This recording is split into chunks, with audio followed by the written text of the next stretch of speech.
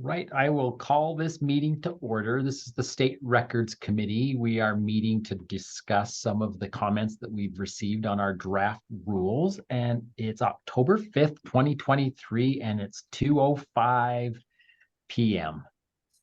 And there is Nancy. So we have present myself and Nova, Marie, Ed, Mark, Nancy Dean, and we have our legal counsel, Brian Swan, and the SRC secretary, Rebecca Shaw, with us. So the purpose of the meeting is we wanted to make sure that we addressed and discussed as a committee some of the great comments that we've received through the rule writing process. We had to, this last year, there was legislation about vexatious requesters. So we felt as a committee strongly that we needed to have rules that would help guide us with that type of an appeal hearing. And then we addressed all of our other administrative rules that were already in place and sought comment and any changes or updates to the rules. And for the first time in recent memory, we received some really good comments about the rules. And as I understand the process, the rules have made it through the rule writing process, and then there's an open period for the public or other entities to provide us comments on those rules. So that's the purpose of this meeting today, is to just look at some of those suggestions and to give the committee opportunity to comment on any of those suggestions or comments that we've received. And Ken, just as a point of order, let me clarify. It might just be a figure of speech that you're saying. You're saying some of the rules. The statute requires that we review all of them, but there are a lot of duplicate comments on rules. So absolutely, and just the State Records Committee falls under the State Archives is tasked with providing the support staff. That's Rebecca for the State Records Committee. So yearly, the State Archives and the State Records Committee, we review our rules every year and make sure that they stay current. So this is the result of that process of allowing comment on our rules. And we always seek, especially public comment and entities' comments on our rules, to make sure that we stay current and are open to any suggestions that we receive. So we've all seen them. We've been discussing these for several months now. And does anyone have a point that they would like to start or have a concern or comment on? Now, where do we see the comments that you received? So those went out in an email. They've been compiled into an email, Marie. Oh, I must have missed it. Okay. Rebecca, can you get that to Marie? So Marie, I'll guide the folder too. Yeah, they're in the SRC member folder too, Marie. What's the name? Because I'm in the folder, but they're under the folder for this meeting, October 5th. Oh, okay. Gosh, I missed everything, didn't I? Okay. Oh, I see it. Okay.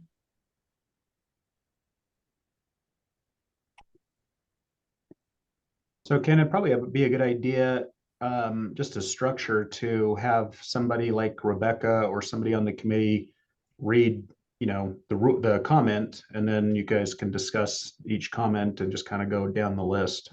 I have them in hand. I'd be happy to read those, committee. So the first comment was submitted by DHHS, CCJJ, DFI, and BPAP. So the new language to R35-1 authorizes the committee to issue orders requiring a governmental entity to make redactions, unredact information, or take other action necessary to effectuate the decision in the order. And the concern is that that language is broad and extends the committee's authority over governmental agencies. Did you want to discuss each one as you brought them up? Is that what you're thinking? If that's what I was thinking. Okay. Does anyone have any concern along those lines? I'd like to hear from the records officers as how they interpret that. like Ed and Nancy who deal with the records, and Mark. Well, when I read the statute, I read the statute a couple of times on appeals to the State Records Committee in Grandma, and I feel like when we grant relief in whole or in part, that's what we're telling people. We may reclassify a record and say it's public, which means that they would need to unredact it, or we may deny it and it doesn't go out. So I really don't see that we're extending our powers in any way. I think we're doing what the statute allows us to. I just feel like we're defining it more clearly. But I mean, the code says granting the relief sought in whole or in part, upholding the governmental entity's access denial in whole or in part.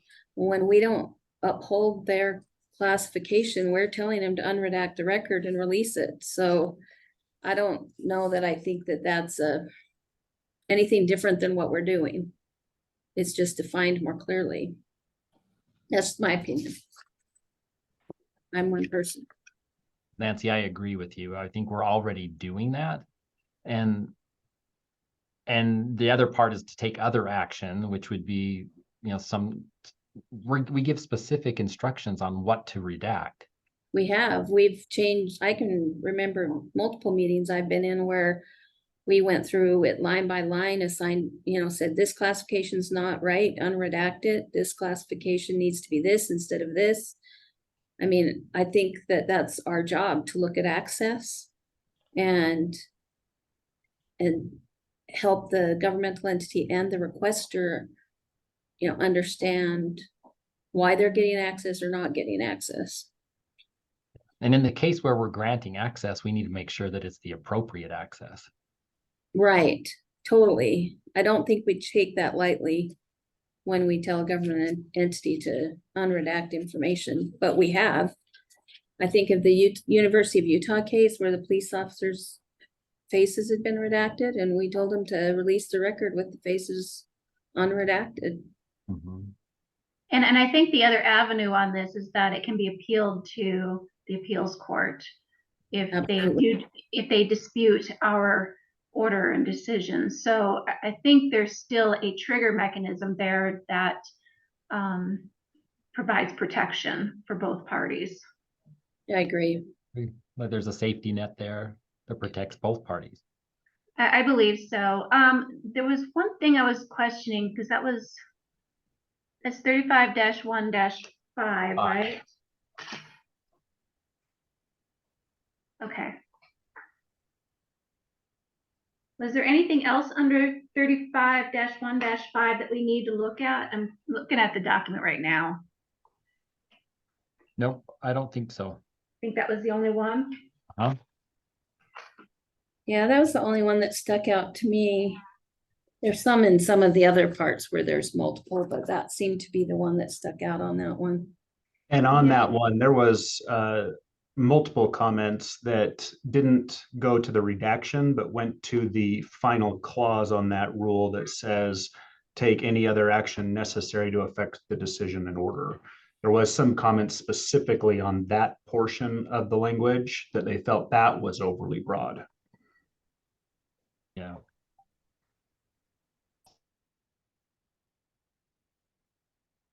Where's that one, Brian? It's the same rule. Never mind. It's, yeah, you got it now. Okay. Yeah, sorry.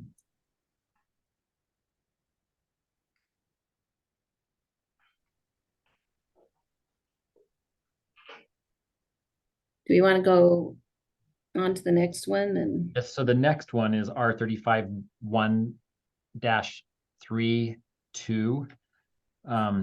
And that is for the petitioner to show that a requested record search performed by a governmental entity lacked good faith after a governmental entity already showed by a preponderance of the evidence that a record search was reasonable. So that one has I just find this interesting because the governmental entity shows that demonstrates that they performed a reasonable search. And then the burden is on the requester to show that the search was not reasonable or performed in good faith. And that's done before the committee and their testimony. So I felt like we've always followed that process and provided that opportunity. But the burden is on the requester to demonstrate and to convince the committee that a good faith effort wasn't made. And just so you all know, in the FOIA case law, the burden does shift like that. I mean, that is well established within the federal courts and FOIA. Utah does not have any case law on reasonable searches, certainly to this extent. So it's, that's where when the legislature says do a reasonable search, it's kind of like, now what's the standard for that and how does that operate? So just so you know, it is a FOIA thing with the burden shifting that is quite well established. Yeah. And can I just add that I feel like adding it to the rules emphasizes how important the statements of facts are to the committee, because the petitioner and the governmental entity that's where they start with, this is the search that we did. And then there's time when they present to argue those comments in the statement of facts, right? That's where they should be establishing what their position is on their reasonable search. And, we've had a lot of times when people don't take the statement of facts seriously, and we don't get it until the night before, or the requester doesn't get a copy of it. And I think it emphasizes that we're expecting them to follow those rules and be, have those arguments set out in the statements of facts so that we can do our job more quickly and effectively. Right. So I think we need to address the statement of facts that has come up. It actually came up in some of the comments here from the public. And maybe we are a little bit too lackadaisical when it comes to the statements of facts, because it is something to where the petitioners have raised that numerous times, and we have had the respondents come before us and have not had a statement of facts provided to us, or a day before, and then we're scrambling to we also, I think, need to look at enforcing the statement of facts. I mean, that can create another cog in the system for us, but I think that needs to be something that we need to say, this needs to be done. I think that's something that needs to be clearly defined, that we need that. Yeah. Nancy, I think that's a really good point. And Nova, I agree with you.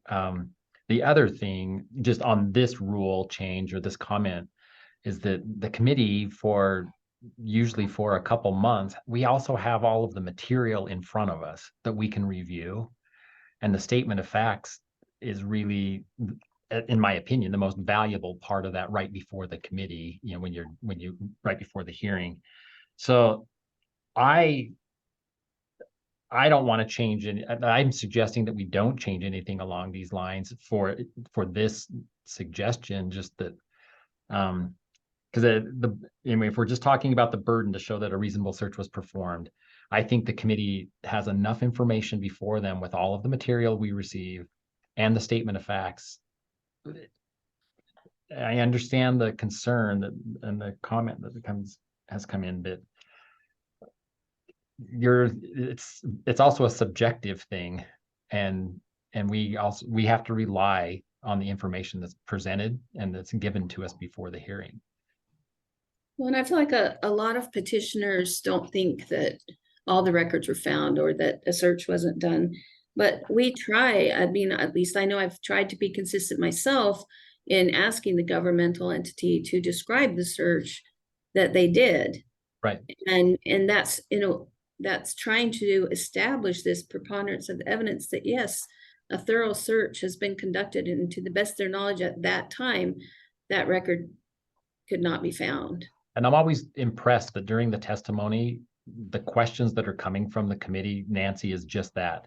Usually you all are asking the entity how they conducted the search, what's the steps they took. And usually we have a very good idea of how that happened, and Yeah. if it was complete. And I think the other thing that we need to remember, at least my memory was that part of what we were trying to do was to get the petitioner to focus on facts. That because we get these petitioners who want to tell a sad story, and we're certainly willing to hear their story, but it doesn't provide any facts relevant to our decision. So if someone's viewing it as a new opportunity for the petitioner, it's really, in my mind, an attempt to reinforce for the petitioner what they're supposed to be focused on. Yeah, which is the records. Yeah. Right. Access or fees, yeah. And what evidence they have that that the record exists, or that they didn't do a thorough search. Yeah. So I'm confident that the rule that's in place and the suggestion is okay.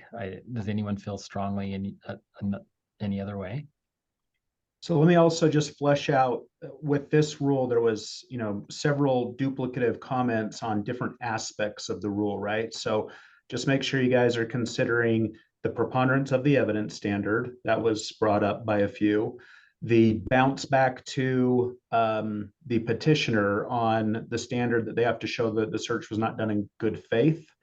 There was a comment that said it should be that the petitioner has to show that the search was not reasonable, as opposed to the search was not performed in good faith. I think those were the big ones on, I think those were the only comments, but they were duplicative. So just as long as you guys are considering those two aspects in regard to this rule. Thanks, Brian. I think you are correct. Well, I think it's kind of been our practice, right? Like when a petition is filed and the governmental entity says, we have done this search and there's no evidence that a record exists. And then a petitioner says, well, I have this email, right? And so that's the petitioner doing that, right? Like saying, no, a good search wasn't done because look, I have this email and they didn't give it to me. And so I don't think it's not being practiced or being practiced any differently than these changes are proposing, in my opinion. So I don't disagree, Nancy. I think the issue in one of the comments was the mechanism. Is it that the petitioner has to show that the search was not done in good faith, or that the search was not reasonable? Because the two are not necessarily the same thing. Oh, I see what you're saying. Yeah. So it's up to you guys how you want to craft the rule and what you want the standard to be for the petitioner to come and show. But that was the comment. But we want to stick with good faith, right? With reasonable. We don't want to have to determine whether it was done in good faith. Yeah. Good point. What does that mean? Well, and I think the statute only talks about reasonable, right? Yeah. Yeah. That's a good point, Marie. Any other comments on that change? So the other one, Brian, you might need to help us clarify this one, is the discussing draft orders. The authority to draft orders outside of the hearing and questions on whether that violates OPA. Yeah, I think that I think this is more of a language issue with the comments that came in on this. The committee obviously doesn't draft the orders at the hearing, right? It's already being done that the orders are drafted privately. So I think it was just a matter of the wording that led many of the commenters to believe that there is another meeting taking place to collaboratively draft. So I think we can just change the wording on that to show that it's, minor typos or edits, that kind of thing, that the committee is cleaning up the order it's being circulated, there's no actual meeting going on to draft the order. And I think some revised language would probably appease those comments. Yeah, and Brian, I mean, you all, as we try to craft the order in open, I mean, we have open deliberation, and then we're trying to craft the order, at least provide the secretary and our legal counsel the meat of what the order should be. Then that goes back, the process is then that goes back and the order is drafted. And Brian, like you say, there is no other meeting. We're relying on our legal counsel to draft the order. And then there is also another comment in this group of comments that we've received that I think, Brian, I've heard you use the term that the order is perfected, or is that The appeal being perfected? Yeah, the appeal is perfected. So if a mistake is made, we have the recording to go back to, which we often do, to make sure that the order that is drafted reflects what was said in deliberation, what the committee voted on. And so I just feel really good about the process because we have open deliberation, and then we are essentially handing our legal counsel a draft of the order live during the hearing.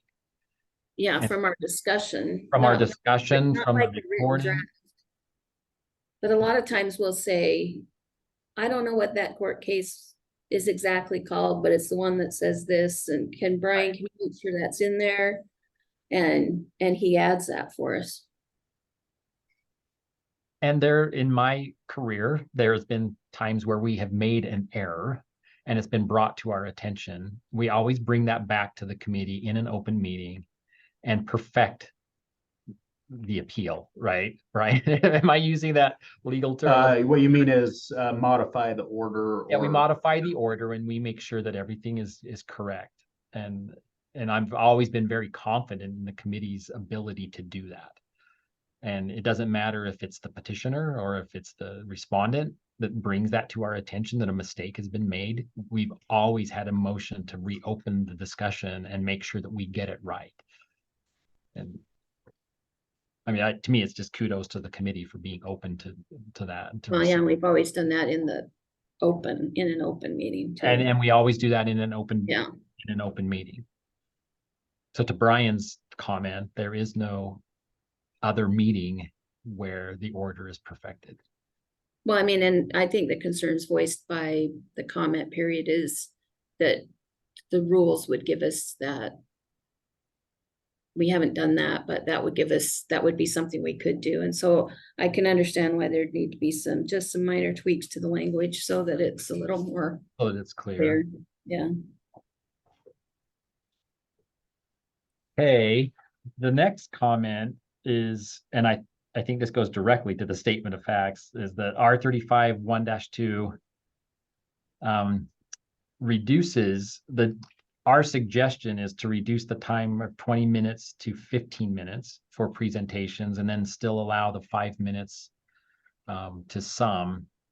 And in my opinion, this goes directly to the statement of facts. If the committee has all of the material before it and they have a statement of facts that we have received prior to the meeting, we have the information we need. And to me, 15 minutes is ample time for people to make their presentation, especially if they stay focused on the records and don't head down some path with, that just takes them off the topic of records access. And what does the committee think on that? Because it's a big change. We've had 20 minutes. I think, Nova, when you were secretary, we've always had 20 minutes. Yeah, I think, yeah. And this has come up before, and I feel that we allow them up to 15 minutes to present their case. And there's a clause in there that the chair can provide more time if needed. This also provides us more time to ask questions. And with the amount of hearings that we are scheduled, maybe we can be a little bit more thorough by them sticking to the point and staying with the evidence and the records and the issue at hand instead of telling other stories. So I agree. I think it should be reduced to 15 minutes and the option for the chair to extend that if requested. Yeah. And I am confident in saying that anytime I've been asked as chair for extra time, it's always been granted. Nancy, your chair pro tem, I'm sure you've done the same thing when it's requested. And then to your earlier comment, Nova, about the statement of facts, if we have a good statement of facts and we have the material that the secretary always provides us, we've had months to review it all. And really what should be presented, what I would encourage the requesters to present before the committee is something that got left out or just highlighting parts of their materials. And Well, so, and I remember a comment saying, what was it? Something about the attorneys explaining the Yeah, grant. the committee's questions don't come out of the 15 minutes that they're allowed. They're outside of that. So I just wanted to relieve, I don't know if that person who had that question is listening, but we always allow that time period, and then the committee on its own time asks its questions. And someone said they thought we'd done away with the 5-minute rebuttal. We did not. It's still there. So I just wanted to make those clarifications. yeah, and I think that goes to Nova's comment also, is that like this allows the committee more time to ask probing questions, ask for information that we need to make a good decision. So I would like to see this stand, and let's try it. Like this is a way to expedite some of these hearings. Sure, if it doesn't help, then we can always look at the rules again and see if we need to change that. This is not a motion or anything, but Nova, I think we need to have a larger discussion about statements of fact. Yeah. And I think I'll ask the secretary to put it on as a business item where we can have a longer discussion about that and see what we can do to assist agencies in providing us that information, because it's critical. Agreed. And it's critical to the petitioner as well. Just Absolutely. reading through the public's comments on there, it's very critical to them. Yeah. Thank you. We do have a comment from Workforce Services. And this is similar to what we talked about before, is issuing orders to redact, unredact, or take other efforts exceeds the committee's statutory authority. And I just don't agree with that comment. I don't either. Because, I mean, we've done that since the inception of the State Records Committee, when we're looking at how an agency's classified a record, the information that they've supplied to the requester, they're redacting, they're unredacting, and the committee needs that, the ability, to provide those directions in their order. And I think we hear a lot from governmental entities when we rule against them. They'll often ask us, so we just want to make sure, can we unredact this part but keep this redacted? And they ask for that clarification, which shows that we're giving that, we're already granting those duties. We're already performing those duties. Yeah, I think one of the things we're doing, and we do it fairly often, is to override a protective classification. And we need to be, when we do that, we need to be very specific on what they do with those records, how they provide them to the petitioner. I mean, that is a duty we have. And we don't, if the public's listening, we don't take that lightly. No.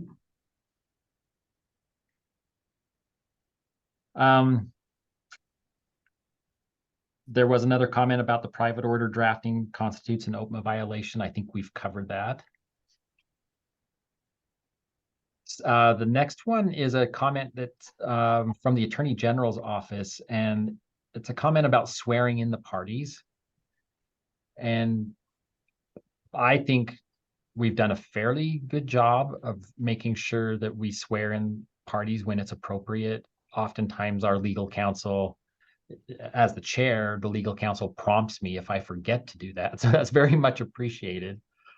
But does anyone have any concerns with swearing in parties? So, right, just so everyone knows, right now, the rule is that the chair needs to swear in only witnesses. This is much broader. It's going to actual parties, which, I think is legally correct. You have a petitioner who's making appeal. They're going to be presenting to the committee their interaction with the governmental entity, whatever communications or, their efforts to communicate. And then you got the respondent who's going to be, presenting their interactions with the petitioner or their search efforts or all of those factual statements. So that's where this language comes in, is to make sure that those statements being represented at the committee are true and accurate. I think part of the concern on this comment was that the attorneys representing the entities, will they need to be sworn in? The answer is no, they're not a party to the appeal, they're the representative.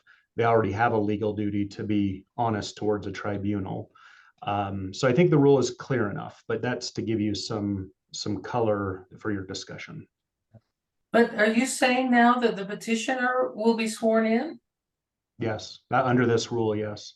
Oh, and the governmental entity representatives? But Not the their attorney. Yeah, Not but the if there's a chief records officer that's there, a director of a division that's there to present, yes. So Yeah, how, I kind of like that.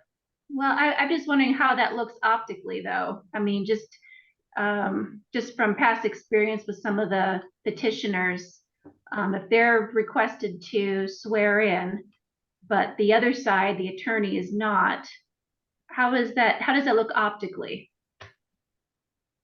Well, we can just explain that attorneys don't explain it to them. I don't know how I feel about this one. I mean, I know it's a formality, but we have a lot of observers, and sometimes there's unintended consequences to some of the things that we think are neutral. Maybe this is one of them we should just leave alone.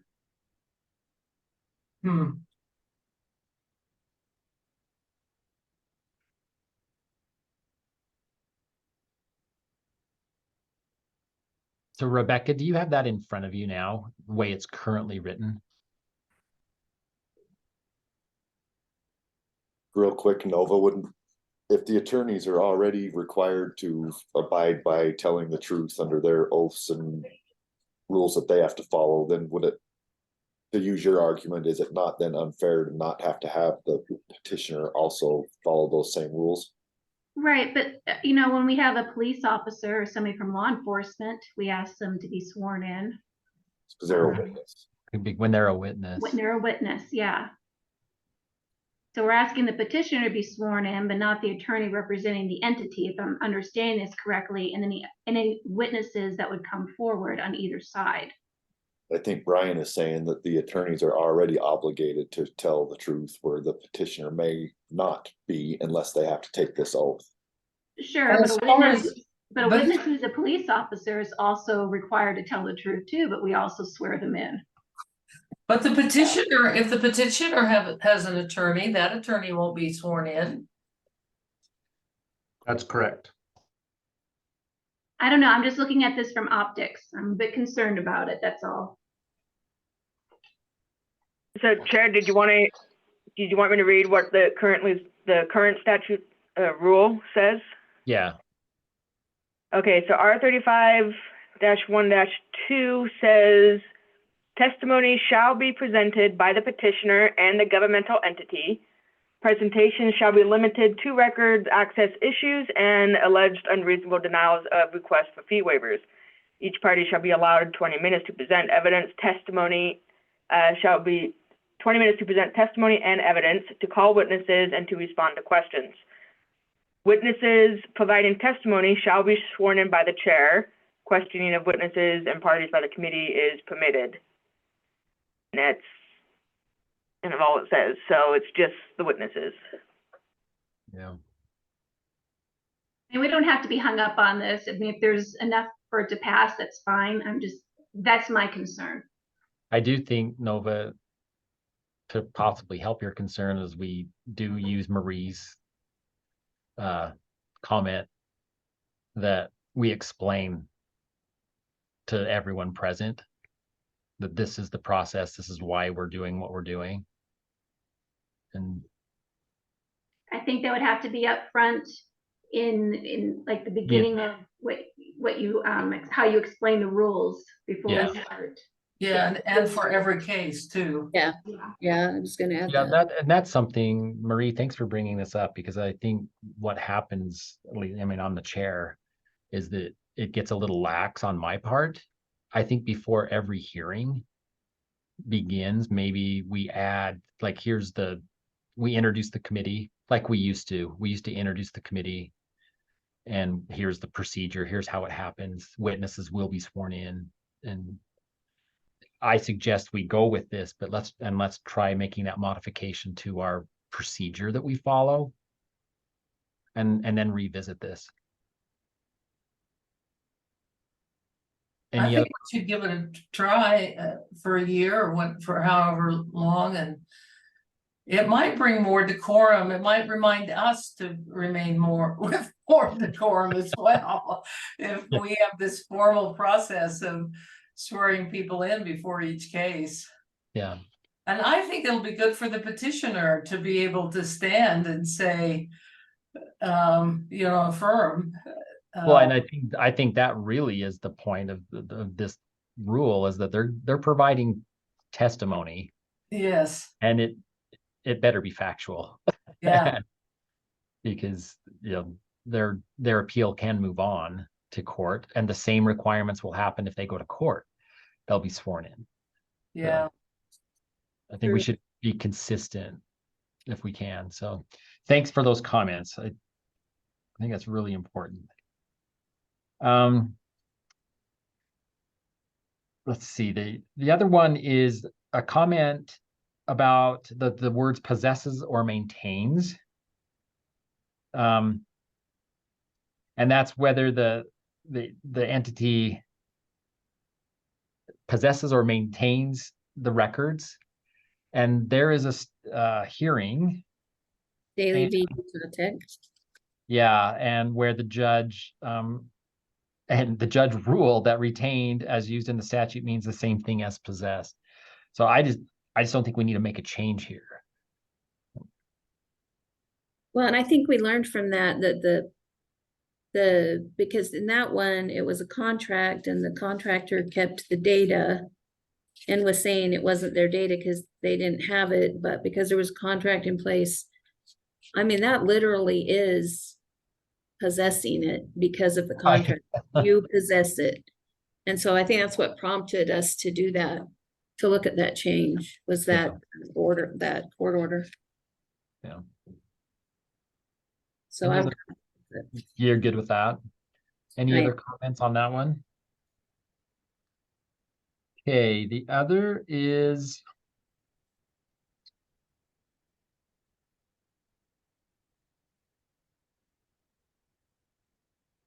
vexatious requesters being moved. The comment was about the new rule that's being proposed about vexatious requesters being moved to a closed meeting, or a portion of one of those hearings could be moved to a closed meeting. And this is one where the committee so far has no experience with a vexatious requester appeal. And the concern that we have is that when you receive one of those, you're going to be talking about how a person is acting, or their character, or actions that they have taken in regards to a request and the way they've treated an agency. So we wanted to preserve the ability that when or if one of those hearings moves towards a character assassination, or anything along those lines, that we would be able to move into a closed session to protect the dignity of the citizen, of the individual. And that was the reason for doing that and suggesting that language. can I just add, Kent, OPMA already allows us to do that. Like, for him to say that shouldn't be allowed. Governmental entities are allowed to close meetings for specific reasons. They're listed in 2051. And so calling it out, and I think our intent in calling it out in the vexatious requester was we recognized that that was a unique kind of hearing. And because we haven't had any yet, we don't know how that process is going to go. And we just wanted to call it out that it's an option for the committee to take if the need arose. But Yeah, if the need, committee has the option anyway. right. You OPMA allows it already.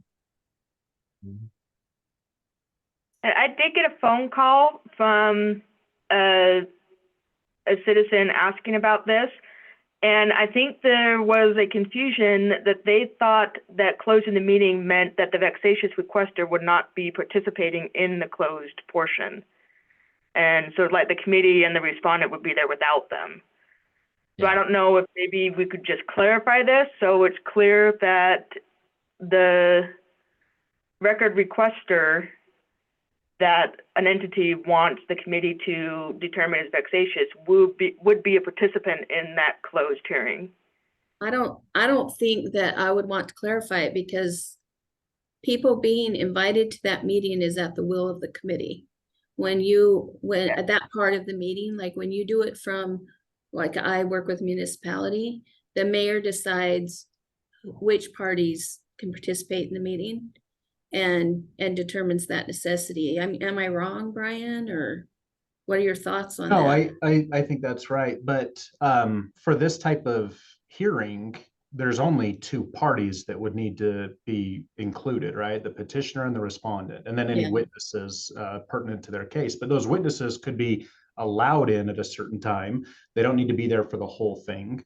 So yeah, I think that's right. I think if there was a misunderstanding with the public on that, hopefully it's clarified that, I mean, they are a party to the appeal, so they would naturally be involved in the closed meeting for that.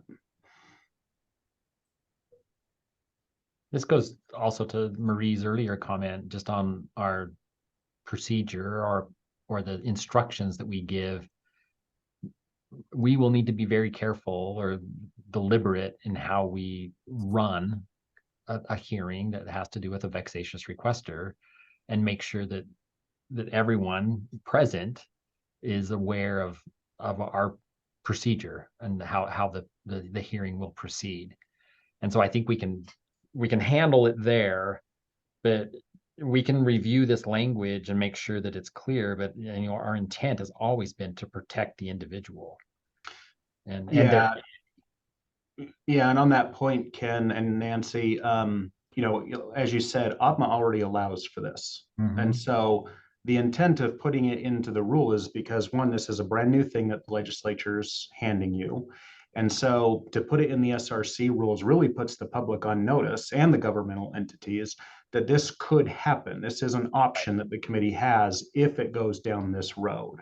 So, I think it's good measure to have it in the SRC rules. So it's there for public notice for people with an SRC hearing as they're examining the rules and the procedure. They kind of know what to expect, because they're not going to think to go to OPMA for this type of issue necessarily. Right. And then I viewed it as it's no different than what we're doing when we go in camera to review records. Before we leave that room, everyone in that room knows what we're doing. We're going to a separate space. It's a closed portion of the meeting to review records in camera. If we went into a closed portion for a vexatious, I would expect whoever makes that motion to go into a closed meeting would have to tell us, here's why I want to go into a closed meeting. And that would be on the record. And it would be to protect all the parties. And it would take a majority vote of the committee to even do it. Yes. Yeah. Any more discussion on that one? I'm just looking through my list here to see there were quite a few comments that were duplicative. So I think we have covered them. Is anyone? I think there's still a few more that I see, Ken. So there was a member of the public, they wanted a requirement that the government provide certain information to the petitioner going into the appeal. Can I just comment on that? Because that was the privacy issues, right? Where he talks about the private information. Yes, I believe so. Yeah. So I read the section of our code that covers what we do, and it says that in making determinations, State Records Committee shall consider and where appropriate, sorry about that, limit the requesters or interested parties but that we have to let's see, limit the requesters or interested parties' use and further disclosure of the record in order to protect privacy interests in the case of private or controlled records, and privacy interests or the public interest in the case of other protected records. So my thought is we're already by statute told that we have to protect those privacy interests and limit their exposure. And so I feel like there's an obligation to protect those things, even from petitioners sometimes, until we've made a determination about the record itself.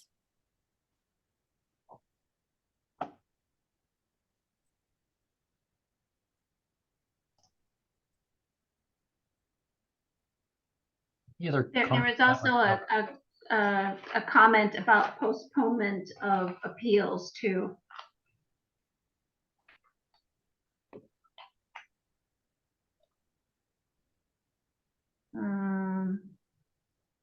Committee chair postpones hearings.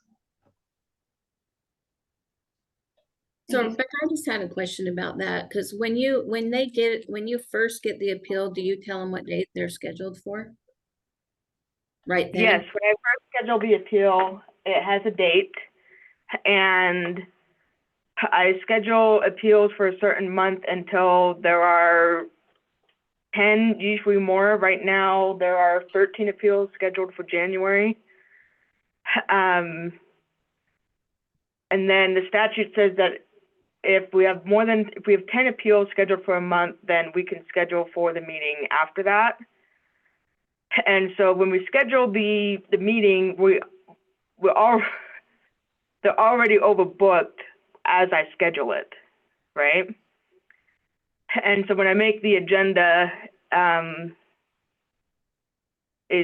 we can't hear them all. And so I already tell the parties that some hearings need to be postponed, and I just wanted to get that in the rule so that it's there, so they understand that it could be postponed.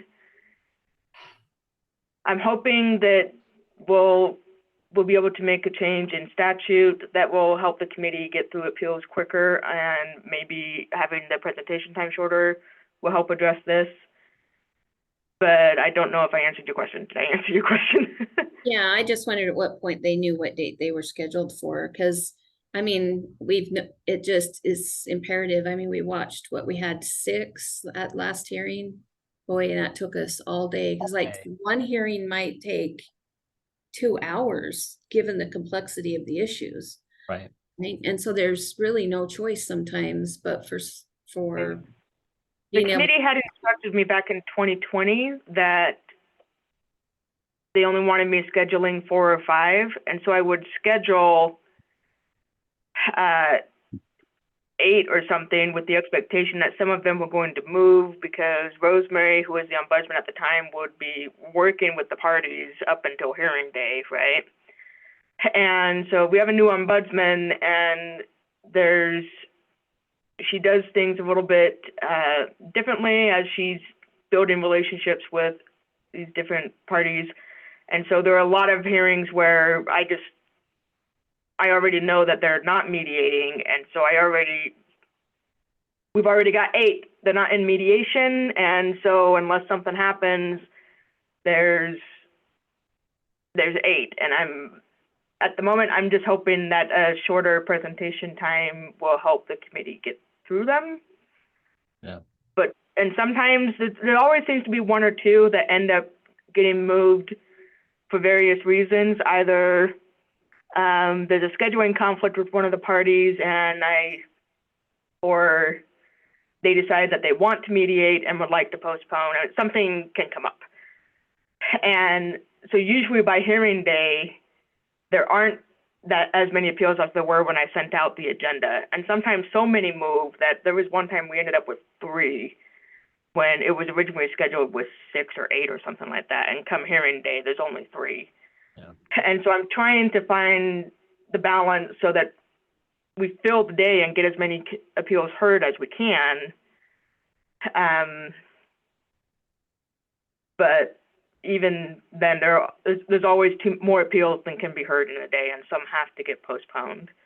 And so when I schedule appeals now, I do encourage the parties to work with the ombudsman so they don't actually have to wait until the hearing to work on the appeal, right? They can work with the ombudsman and make some progress. And so I'm hoping that also helps some things get moving a little faster so they can get the records they're looking for. I think one of those same concerns that that person brought up, if I remember correctly, is their appeal got pushed and then they got put on the end of the agenda the next time as well. Yeah. And so that's probably something, Rebecca, that you could address as well, is if somebody gets pushed from a earlier agenda, where do they end up falling in on a agenda later? It probably should be take priority to be first. I kind of agree with that. All right, yeah, when I send out the letter to postpone, I do ask them if they have a preference for morning or afternoon. And sometimes I hear back, sometimes I don't, but yeah, I can absolutely be better about making sure that those that get pushed end up getting heard earlier if they need to. But Ed, is your concern more that they would get pushed beyond the next meeting?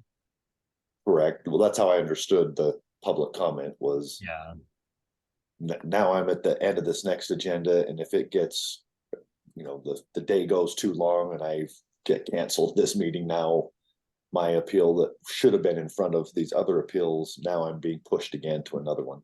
Yeah. And I don't know I didn't know what Rebecca's process was exactly about when she has to reschedule somebody's appeal. And so maybe she's already taken care of that. As best she can.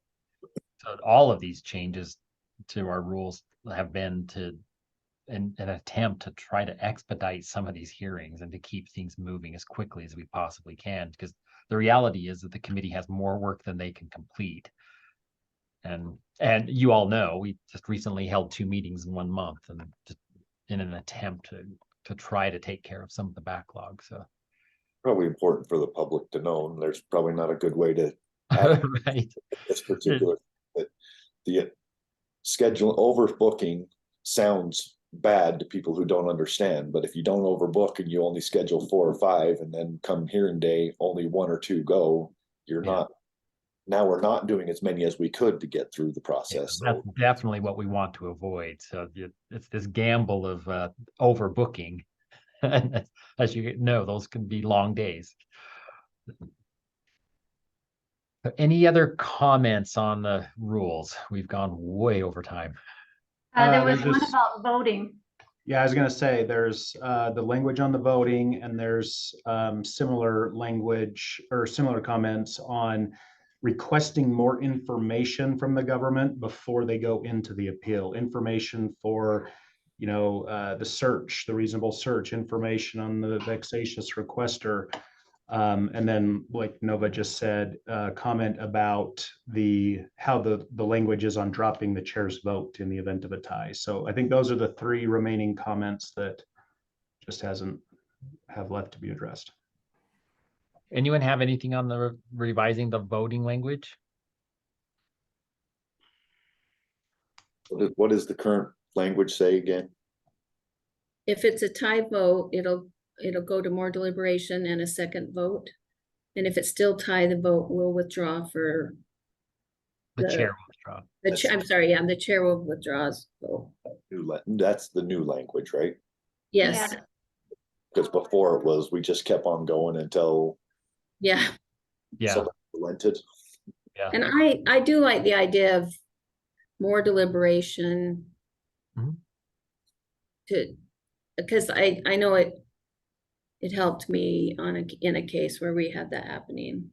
It helped Marie in a recent case, a recent hearing. Let's have some more deliberation. Let's talk about it some more because we're at a tie. Let's I like having that opportunity to, okay, let's go back and look at it rather than just say, you know, And the other thing with that too, is we go through more deliberation, is that we ask more questions and we end up discovering more that helps us come to a conclusion. I agree. Yeah, that's what happened this most recent one that I'm recalling. Yeah. Is it, like. is it on the second vote, the chair doesn't vote, or is it? Okay, so on the second time around, everybody votes. If that's still a tie, then the chairs vote. Okay. Yep. What was the other one? Actually, it just says in the event of a tie vote, the committee chair shall, if the committee wishes to continue deliberation. So yeah, I mean, you could even do one tie vote. Yeah. So the way the rule is voting, the rule is written is that if a tie vote occurs a second time, the chair shall withdraw their vote to break the tie. So that second time, if it's a tie again, then the chair's vote drops and the motion will either pass or fail. Yeah, I just think we need that extra deliberation period if we're tied. Yeah, I like that. What was the other one that we haven't discussed? Okay, so the comment says the process of providing information to permit the contact of protected persons and entities shall be offered to the petitioner as a means to unlock the ability to demonstrate or substantiate their position via a preponderance of evidence. I just think that goes to that statute I read, that we have to protect privacy rights until. Yeah, I think what this is really driving at, if I'm interpreting this correctly, is a desire for some type of discovery before the appeal hearing, right? They want to gather information to make a case and substantiate their position. If I'm correct, if I'm interpreting that correctly, that's what it sounds like. And of course, grandma does not allow for discovery at this type Right. of proceeding. And that's what the whole hearing is about, is a information gathering, expedition. Yeah, So I agree. I don't think statutorily much can even be done with those types of comments and requests. Yeah, that's all I was going to bring up, is the statute doesn't allow us to do a discovery period, so. Okay, so if I'm understanding it correctly from what I've gotten from you guys, we do want to change the good faith standard on the search to the petitioner showing that the search was not reasonable. Change the good faith to the search not reasonable language. Yes. And then tweak the language on the collaborative drafting is the other thing that I picked up. And that Those was are the only two. What's that? And that was just to make sure that it reads clearly, like they just. That it's not another meeting that's happening. Other than that, I haven't heard of any other revisions that you guys want to make according to these comments. So I have a question, because those are the two I had written down as well. Wonder if the committee might entertain, like, if we tweak these, Brian, do we have to go out for another comment period? So not for the majority of these rules, if I'd have to go back and figure out where exactly these are in the rules, but 35-1-2, if there's a revision in that one, then that entire section cannot go effective until we get the language right. But we can make 35-1-4 effective and 35-1-3 effective. So if we're tweaking any language within a section, that section is going to be frozen until we get language that everyone approves. And then it will have to go for a new public comment period. The other option that we could do is, I talked to rules about this, and we can just move forward and approve all of them so that the rules all go in effective exactly how they're written, but then immediately file for a revision on these ones that we're talking about. I'm kind of leaning towards that, given that I think there's entities that are waiting for some of these rules to go into effect, and they've already waited like through 2 public comment periods. Yeah. I hate to have them wait through a third. Yeah, it's your guys' choice. You can do it either way. I've talked to rules about it and confirmed it. I think it's a cleaner way to go, Nancy, is how I'm looking at it. Yeah. I would go ahead and make a motion to accept the rules and let them go into effect. I'm not exactly sure what wording I need to put with, and then file to make these two changes that we've talked about over the next 30 Publication. days. Yep. Yeah. The next publication. That would be my motion. I would second it. We have a motion from Nancy to move these changes to our rules forward, and a second from Nova. Any discussion to the motion? So I think we should take a roll call vote. Mark, Aye. Ed, I, Marie, Aye. Nova, I, I and I vote aye. So the motion carries unanimously. and I would just like to say that I appreciate the public comments, the criticism, because it just makes us a better committee, learning what the public is observing and how they see us. And so it just gives us more information to be better at what we do.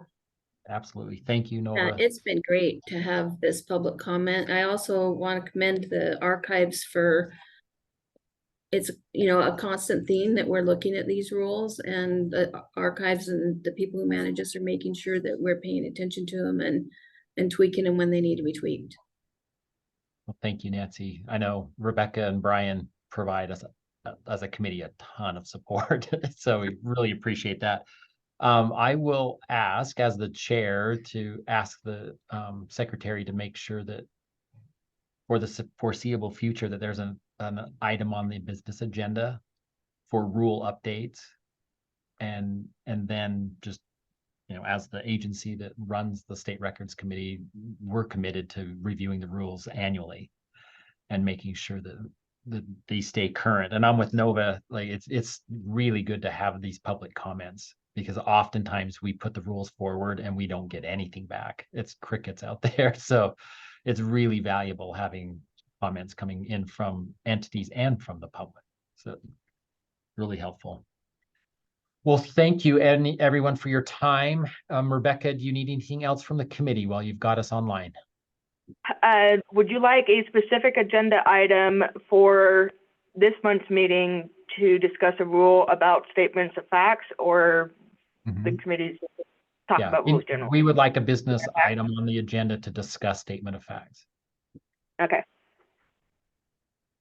Got it. Okay. Brian, do you have anything else for the committee? Oh, good. All right, everyone. Thank you for your time. It's been really valuable. Be safe. Okay, see you next week. You'll need a motion to end, Ken. Oh, Please return. that was from Nancy. All in favor of adjourning, say aye. Aye. Aye. Aye. Bye, everyone. Thanks. See you in a couple weeks.